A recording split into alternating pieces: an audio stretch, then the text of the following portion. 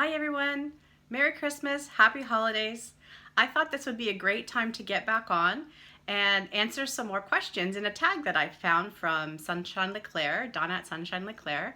And these 20 questions are all about crochet. And what I wanted to do in one of my next videos was talk about my crochet journey. And I'm thinking that the questions is going to guide me right through that.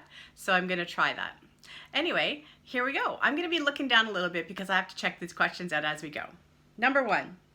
How long have you been crocheting? I've been crocheting since I was 13. A very close friend of the family taught me to make a granny square when I was 13. And I remember we went to Sears to get the yarn. I remember I still have a couple of the old gray colored hooks. Everything was the same. Everything was 4-weight acrylic and everything was a 4.5 or 5 or 5.5 hook. And she taught me to color change. So I made a bunch of granny square blankets between the time I was 13 to the time I was in my early 20s, I would say, and never learned anything else. Then all of a sudden when I was in around my 30s, I figured out how to make hats and scarves on my own. Still hadn't found YouTube, don't know what I was thinking, never been a pattern person. So I jumped in, made some hats and scarves, and then very, very thankfully in around the end of 2017 is when I finally found YouTube, and then I could actually feel like I could crochet for real. Let's go on to question number 2. I already answered, so that friend of the family taught me to crochet. Currently, my favorite hook size is a 7mm Clover Amour. Love the Clover Amours. I found them through Jade & Stitches when she first did her tutorial, or video I should say, about them.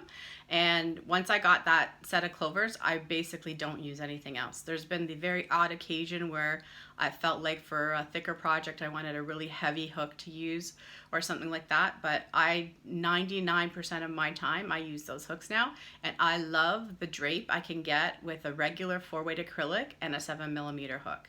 Obviously it's purposefully for like blankets and shawls and things like that, and then I just down from there. I already answered again. Clover Amour is my favorite brand of hooks. My favorite yarn. Ah, yarn. Don't we just all love yarn so much? One of my very favorite yarns is the Caron Big Cakes, specifically the Big Cakes. I love the way that actual 4-weight acrylic feels and the size of it, and I just enjoy having the color changes there. I find color motivating, but there's so many that I love, and I'm gonna do a video at a later date just about my yarn journey over the last couple of years, because before, again, finding YouTube and seeing how much I could learn about things, I was terrible at buying yarn, and I'm a little bit better now, but I still like to have a conversation, again, particularly with my friends in Canada, about how they shop and strategize with yarn. What's my favorite pattern? I guess right now I would just have to say the granny pattern, because it's versatile and I use it for so many things, whether it's just a regular granny square or a poncho or a shawl. I did my very first corner to corner in December 2018, so it's literally going to be a year, a couple days after Christmas, and I love that stitch, so that's definitely a close second. Who's your favorite crochet guru?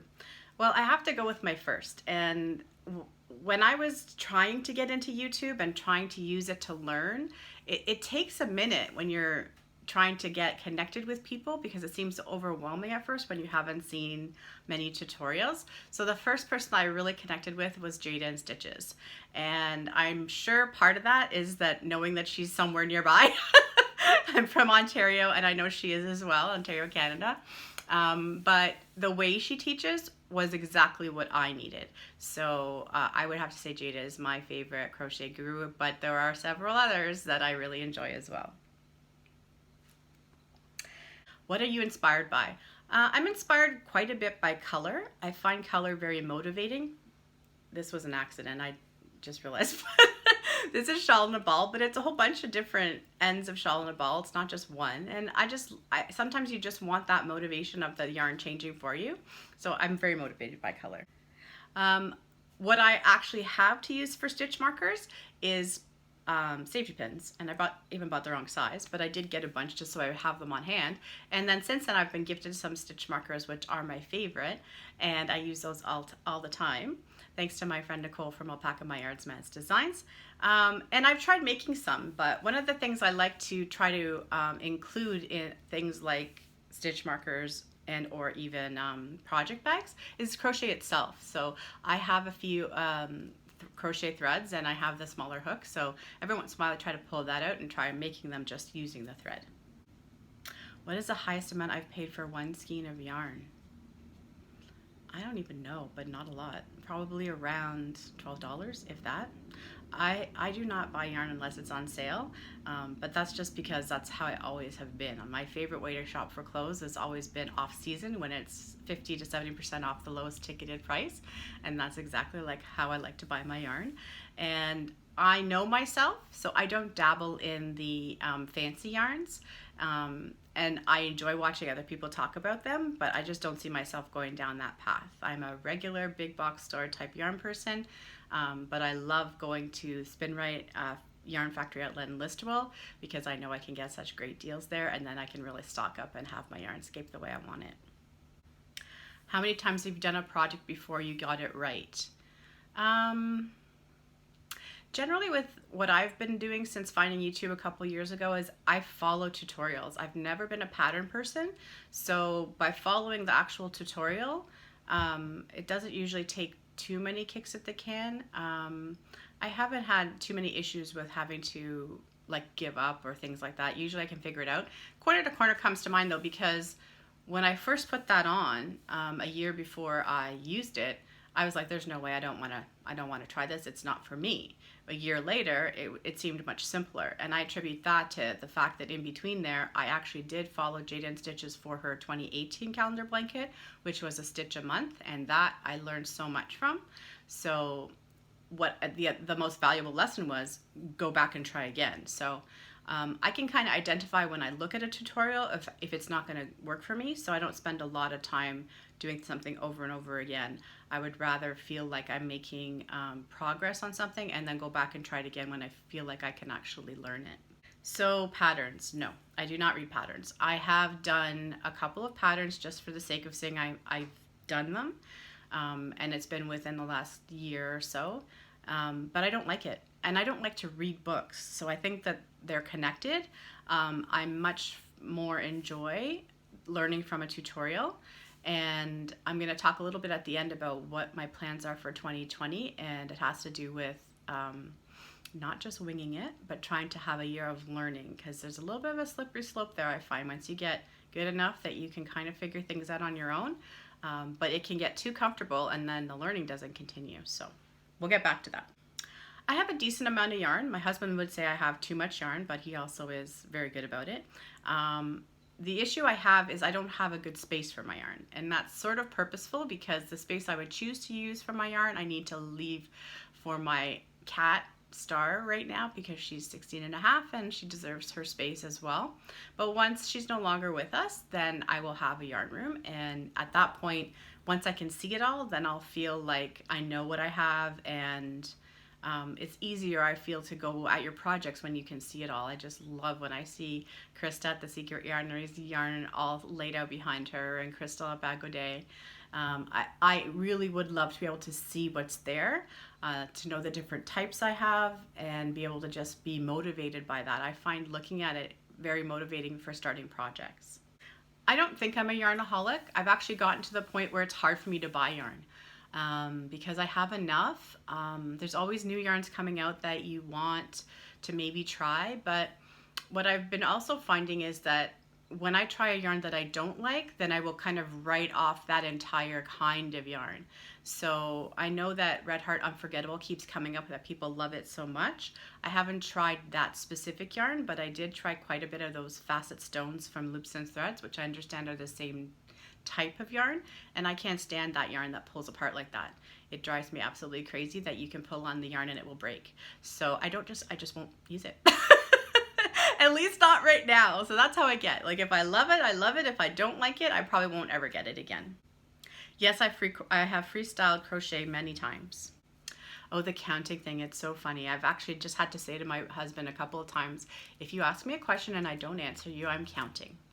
Or what I'll do is, if he asks me something or someone talks to me, I'll just say a number randomly, and the people that it happens around know enough now to know that that is because I'm counting in crochet. It's quite funny. I do dream about crochet sometimes.